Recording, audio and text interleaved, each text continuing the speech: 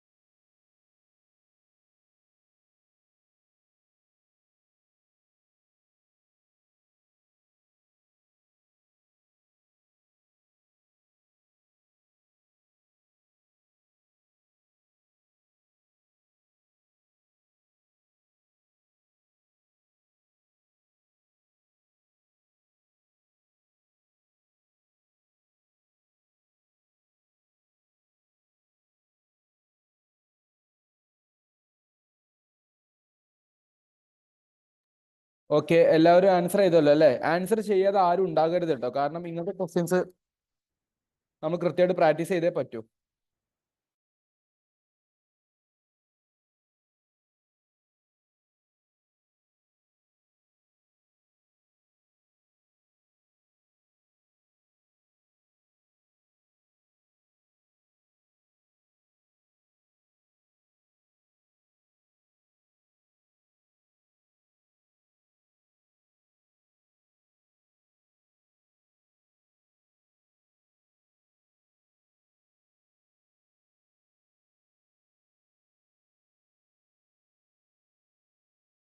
Okay, ഈ question നമുക്ക് 2 വിധത്തിൽ ഡിസ്കസ് ചെയ്യാം. ഒന്ന്, ഞാൻ പറഞ്ഞ പോലെ നിങ്ങളുടെ ഒരു സാധ്യത എന്ന് പറയുന്നത് എന്തായിരിക്കണം?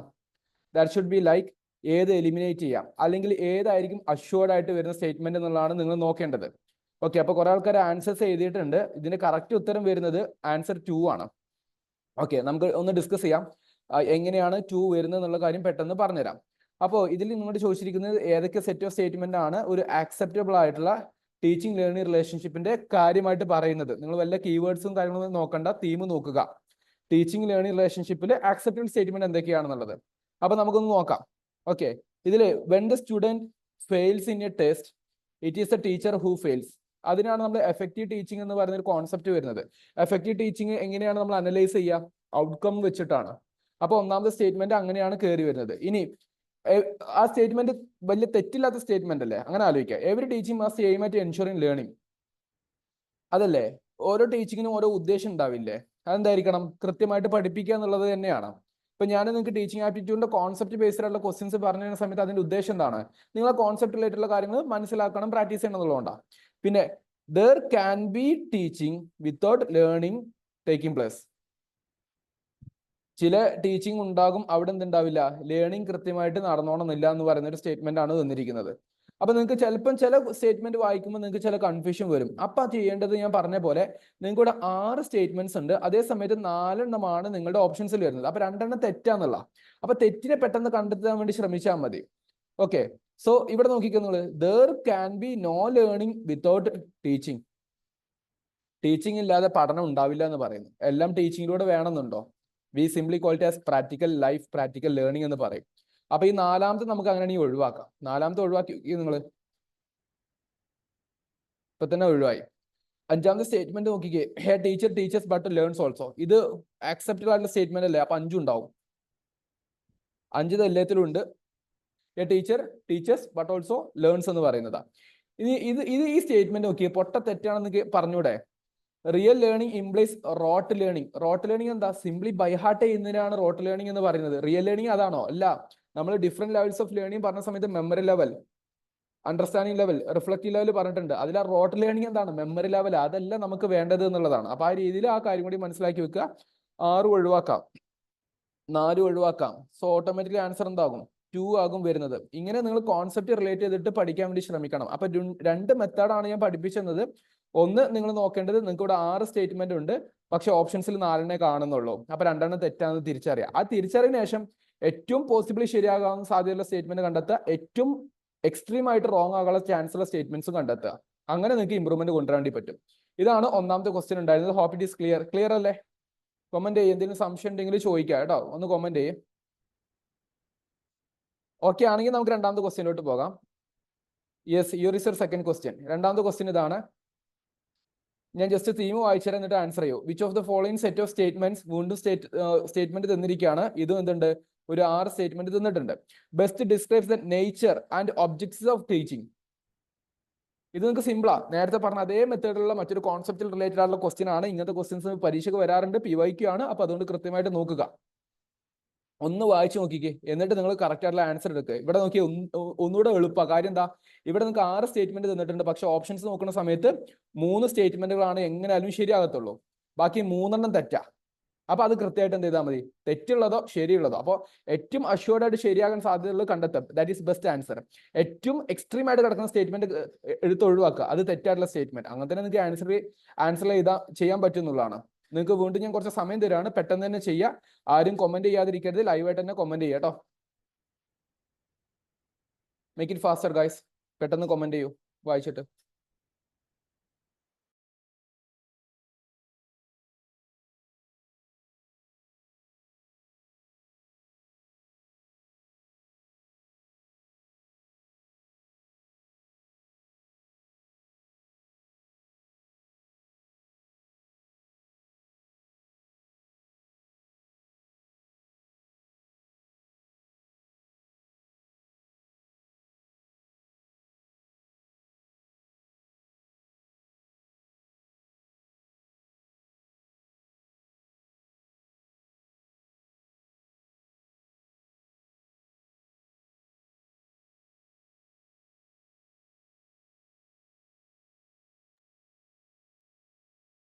ലൈവ് ചാറ്റിൽ കമന്റ് ചെയ്യാട്ടോ. എല്ലാവരും കമന്റ് ചെയ്ത് വിശ്വസിക്കുകയാണ്. ഓക്കെ, നമുക്ക് ഈ ക്വസ്റ്റ്യൻ ഡിസ്കസ് ചെയ്യാൻ. വളരെ സിമ്പിൾ ആയിട്ടുള്ള ക്വസ്റ്റ്യൻ ആണ്. ഇതിന് ആൻസർ വരുന്നത് 3 ആണ് വരുന്നത്. അപ്പൊ അത് എങ്ങനെയാണ് വരുന്നത് നോക്കാം. ഓക്കെ, ഇത് നോക്കിക്കേ, ജസ്റ്റ് റീഡ് വിത്ത് മീ. എന്റെ കൂടെ വായിക്കൂ. Teaching and learning are integrally related അല്ലേ? ഒരു കോമൺ സ്റ്റേറ്റ്മെന്റിൽ തന്നിരിക്കുന്നത് ടീച്ചിങ്ങും ലേണിങ്ങും ഒരുമിച്ച് നിൽക്കുന്ന ഒരു കാര്യമാണ്. അത് തെറ്റാകാനുള്ള സാധ്യത ഉണ്ടോ ഗൈസ്?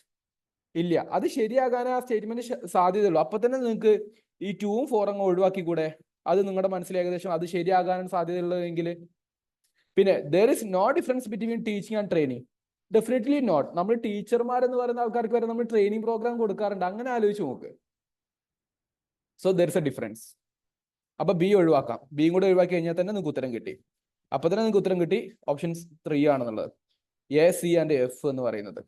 ബാക്കിയൂടെ നോക്കിക്കേ. സി ശരിയാണെന്നാ പറഞ്ഞത്. Concern of all teaching to ensure some kind of transformation in students. അല്ലേ? ടീച്ചിങ് കൊണ്ട് ഉദ്ദേശിക്കുന്ന ചില കുട്ടികൾ മാറ്റം കൊണ്ടുവരിക എന്നല്ലേ? ആ സ്റ്റേറ്റ്മെന്റ് ശരിയാണ്. ഒന്നാമത് ശരിയാണ്. Then all good teaching is formal nature. അല്ല, എല്ലാ ഗുഡ് ടീച്ചിങ് ഫോർമൽ അല്ല. ചിലത് ഇൻഫോർമലാ. എടാ പഠിക്കുന്നില്ലേ, പഠിക്കാൻ പറ്റുന്നില്ലേ, ഇനി ഇതൊന്നും ഇങ്ങനെ വായിച്ചു നോക്കിക്കേ എന്ന് പറഞ്ഞിട്ട് നമ്മൾ ആ ഫോർമൽ മെത്തേഡിൽ നിന്ന് മാറുന്നതും നല്ല ടീച്ചിങ്ങിന്റെ ഒരു എക്സാമ്പിൾ ആണ്. അപ്പൊ ഡി തെറ്റാണ്. A teacher is a senior person. No need. ഞാൻ എൻ്റെ 23-ാമത്തെ വയസ്സിൽ ടീച്ചിങ് ജോബിലോട്ട് ഇറങ്ങിയ വ്യക്തിയാണ്. ഞാൻ പഠിപ്പിച്ച സമയത്ത് എൻ്റെ സ്റ്റുഡൻസ് 48 വയസ്സുള്ള ഗവൺമെന്റ് ഉദ്യോഗസ്ഥരുണ്ടായിരുന്നു. That's my experience. പിന്നെ teaching is a social act. Definitely. Where learning is a personal act. Teaching പൊതുസമൂഹത്തിനോടുള്ളതാണ്, സോഷ്യലാണ്. ലേണിംഗ് പേഴ്സണലാണ്. അപ്പൊ അങ്ങനത്തെ ഒരു കാര്യം ഒന്ന് അറിഞ്ഞിരിക്കുക. So the answer is 3. ഇങ്ങനെ നിങ്ങൾക്ക് ആൻസർ ചെയ്യാൻ പറ്റണം. Very good. ശരിയായിട്ടുള്ള ആൾക്കാർക്ക് വെരി ഗുഡ് കേട്ടോ. ഇങ്ങനെ കൃത്യമായിട്ട് മനസ്സിലാക്കാൻ വേണ്ടി ശ്രമിക്കുക. അപ്പൊ ആ മെത്തേഡ് സ്വീകരിച്ചാൽ മതി. ക്വസ്റ്റ്യൻ നമ്പർ 3 നമ്മൾ കുറച്ച് അസേർഷൻ റീസൺ ടൈപ്പ് ക്വസ്റ്റ്യൻ ചെയ്യാം. പെട്ടെന്നൊന്ന് വായിക്കും. എന്നിട്ട് ഇതിന്റെ മെത്തേഡും കാര്യങ്ങളും പറഞ്ഞുതരാം. പെട്ടെന്ന് വായിക്കും. എന്നിട്ട് വായിച്ചാൽ മാത്രം പോരാ, നിങ്ങളുടെ ആൻസർ നിങ്ങൾക്ക് എന്താണ് ശരി തോന്നുന്നത് അത് നേരെ കൊണ്ടുപോയി ആ ലൈക്ക് കമന്റിൽ കൊണ്ടുപോയി ഇടുക.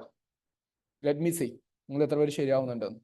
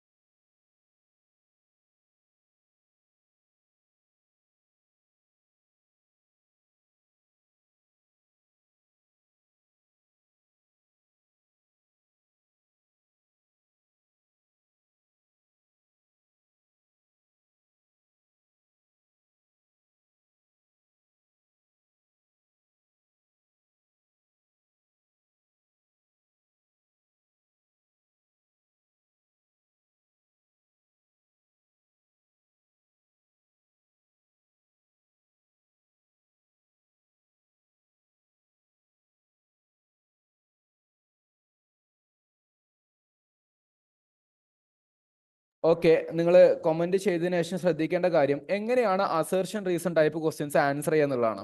അപ്പൊ ഞാൻ നിങ്ങൾക്ക് ഒരു ബേസിക് ടിപ്പ് പറഞ്ഞുതരാം. ഒന്ന്, ഒരു സാധ്യത ഉള്ളത് അസേർഷൻ റീസൺ. രണ്ടാമത്തെ സ്റ്റേറ്റ്മെന്റ് 1, സ്റ്റേറ്റ്മെന്റ് 2 എന്ന രീതിയിൽ വരിക. അസേർഷൻ എന്ന് പറയുന്നത് ഒരു സ്റ്റേറ്റ്മെന്റ് ആയിട്ട് കണക്കാക്കുക. അപ്പൊ ഇതിന് സ്റ്റേറ്റ്മെന്റ് 1 എന്ന് വിളിച്ചു നോക്കിക്കേ. അപ്പൊ നമുക്ക് ആ സ്റ്റേറ്റ്മെന്റ് വായിച്ചു നോക്കാം. സ്റ്റെപ്സ് ആണ് പറയുന്നത്. ഒന്ന്, നിങ്ങൾ കാണേണ്ടത് സ്റ്റേറ്റ്മെന്റ് 1ഉം സ്റ്റേറ്റ്മെന്റ് 2 ആയിട്ട് അതിന് കാണുക എന്നുള്ളതാണ്. Statement 1, statement 2. അപ്പൊ ഇത് സ്റ്റേറ്റ്മെന്റ് 1 ആണ്. എന്നിട്ട് ഇത് വായിച്ചു നോക്കുക. All teaching should aim at ensure learning.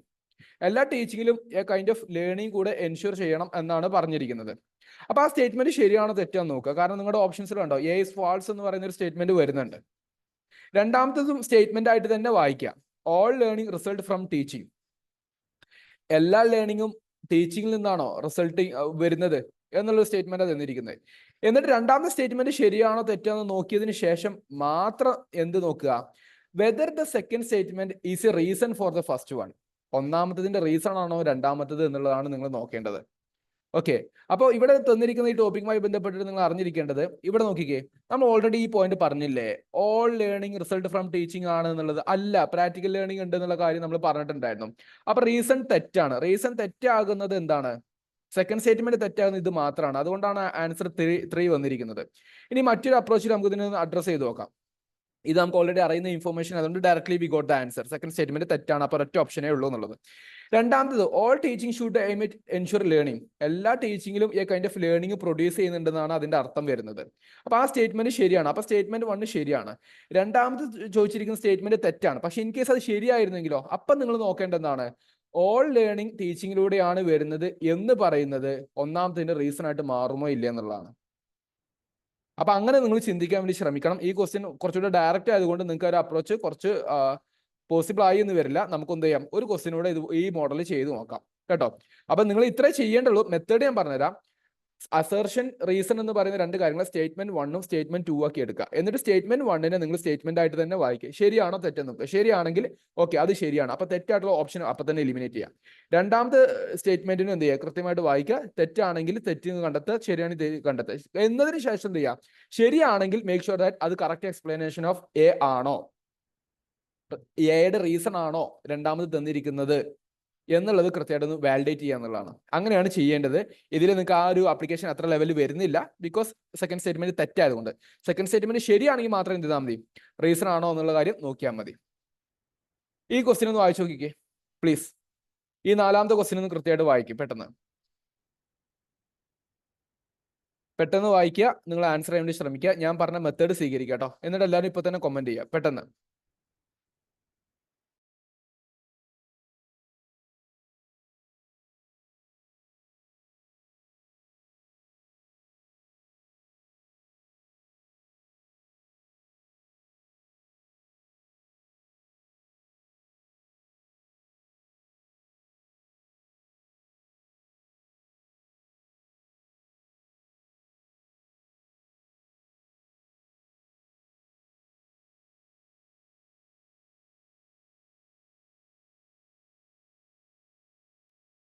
Okay, എല്ലാവരും കമന്റ് ചെയ്യണം. കമന്റ് ചെയ്യാതിരിക്കരുത്. കാരണം നമ്മൾ ഇത് പ്രാക്ടിക്കലി ചെയ്ത് നോക്കുകയാണ്. നമ്മുടെ ലോജിക് അല്ലേ നമുക്ക് ചെയ്യാൻ പറ്റുള്ളൂ.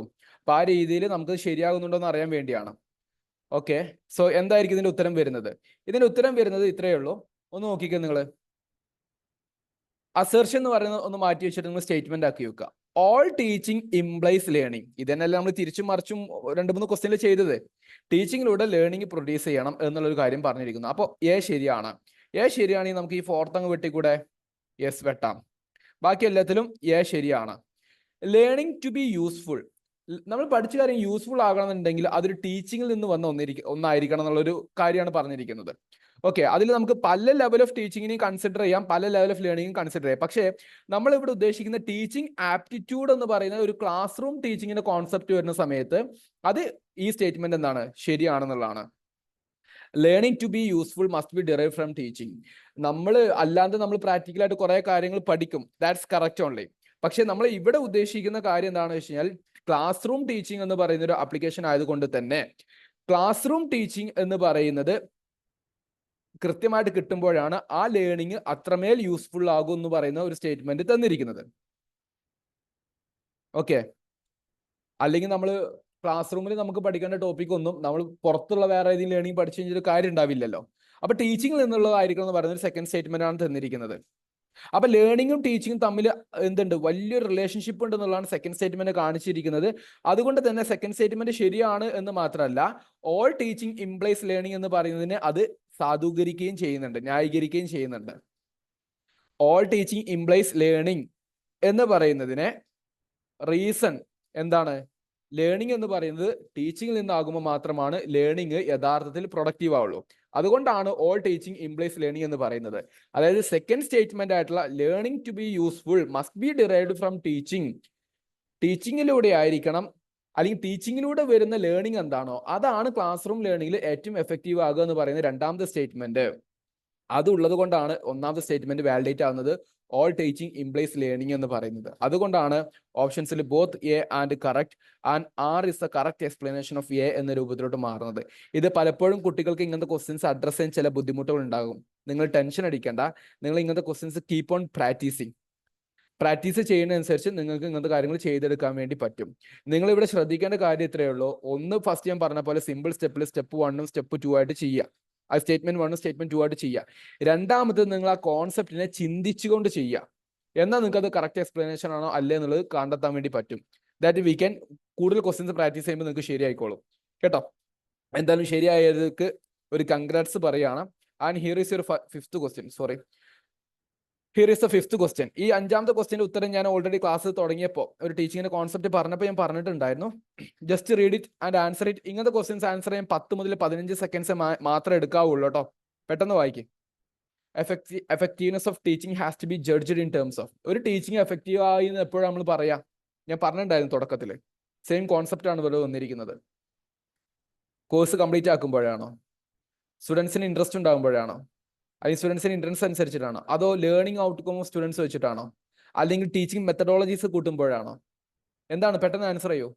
യാ കമോൺ. Yeah definitely. എന്താണ്? ലേണിംഗ് ഔട്ട്കം ഓഫ് സ്റ്റുഡൻസ് ആണ്. സ്റ്റുഡൻസിന്റെ ലേണിംഗ് ഔട്ട്കം വെച്ചിട്ടാണ് നമ്മൾ ആ ടീച്ചിങ് എത്രമാത്രം എഫക്റ്റീവ് ആയിട്ടുണ്ട് നോക്കുന്നത്. അതിനു വേണ്ടിയാണ് നമ്മൾ എന്ത് ചെയ്യുന്നത്, ചില ടെസ്റ്റിംഗ് മെക്കാനിസംസ് നടത്തുന്നത് അല്ലേ. നമ്മളിങ്ങനെ ഇവാലുവേഷൻ മെത്തേഡ്സ് എന്ന് പറയുന്ന സമ്മറ്റീവ്, ഫോർമറ്റീവ്, പീരിയോഡിക്കൽ, നമ്മൾ ഓണപരീക്ഷയൊക്കെ നടത്തുന്നത് എന്തിനാ? പഠിച്ച കാര്യങ്ങൾ കുട്ടികൾ എഫക്റ്റീവ് ആവുന്നുണ്ടോ എന്ന് അറിയാൻ വേണ്ടിയല്ലേ, മാർക്ക് കിട്ടുന്നുണ്ടോ എന്ന് അറിയാൻ വേണ്ടി. നമ്മുടെ സ്കൂൾ സിസ്റ്റം നോക്കുവാണെങ്കിൽ അതാണ് കാര്യം. അപ്പൊ ഇങ്ങനെ കുറച്ച് കോൺസെപ്റ്റീവ് ആയിട്ടുള്ള ക്വസ്റ്റ്യൻസ് ആണ് നമ്മൾ ഇന്ന് ഡിസ്കസ് ചെയ്തതിൽ. 5 ക്വസ്റ്റ്യൻസ് ഡിസ്കസ് ചെയ്തിട്ടുള്ളൂ. ഇതിലൂടെ നമ്മൾ കുറച്ച് കോൺസെപ്റ്റ്സ് ഡെവലപ്പ് ചെയ്തെടുക്കുക, ഡിഫറെന്റ് ടൈപ്സ് ഓഫ് ക്വസ്റ്റ്യൻസ് പരിചയപ്പെടുക, കോൺസെപ്റ്റ് സ്ട്രോങ് ആക്കി വെക്കണം എന്ന് പറയുന്ന ഒരു ആവശ്യത്തിന് വേണ്ടി മാത്രമാണ് ഈ ഒരു വീഡിയോ നമ്മൾ ഡിസ്കഷൻ നടത്തിയിട്ടുള്ളത്. അപ്പോൾ ബാക്കി കൂടുതൽ ക്വസ്റ്റ്യൻസ് നമുക്ക് എന്ത് ചെയ്യാം, ക്ലാസ് റൂമിൽ മറ്റൊക്കെ ആയിട്ട് ഡിസ്കസ് ചെയ്യാം. That's all for now guys. Thank you.